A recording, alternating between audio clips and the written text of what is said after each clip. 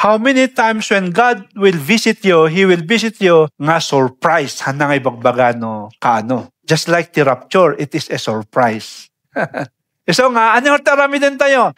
Prepare. Diba? Handa nga di patay ti surprise. Nga tayo nga mo kat masurprise tayo kat matay ka. Ayahaan. But may mayat nga ti surprise nga urayan tayo, nga ipreparan tayo nga death, but the visitation of God. So nga, we always prepare our hearts, prepare our minds, our spirit, soul, and body for the visitation of the Holy Spirit. Iti biyak tayo. Amen. Ti short nga explanation na daytoy, bagyo nga napigsa nga angin, nga tumbaon na ti electric post, bineko post, nga dadaulon na ti madadaol. No kumay je west, tornado.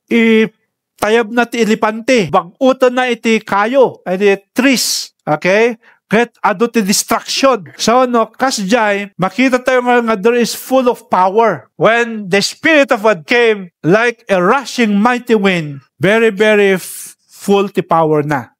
So, ipakita ni Jesus Christ, the Holy Spirit, kadagiti disciples that in their conquest, in their harvest, iti aramidan da nga panagserbida ka ni Apo Diyos, they will receive that full power. Nga awantin posibli. So nga, oren no sikati, damos nga siya'y mga nga mababababain, handa nga mo nga agsao nga, agtigargar ka na agsao ka, o nagkamatis ti rupam kanlapayag mo nagsao ka.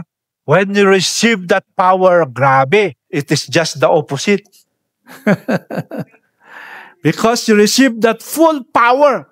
So gaya mga the Moses, the Jeremiah, nagaduti rasunda. I want to power me. Kung na niya po sang kayag danag, I will equip you with power. Power from on high.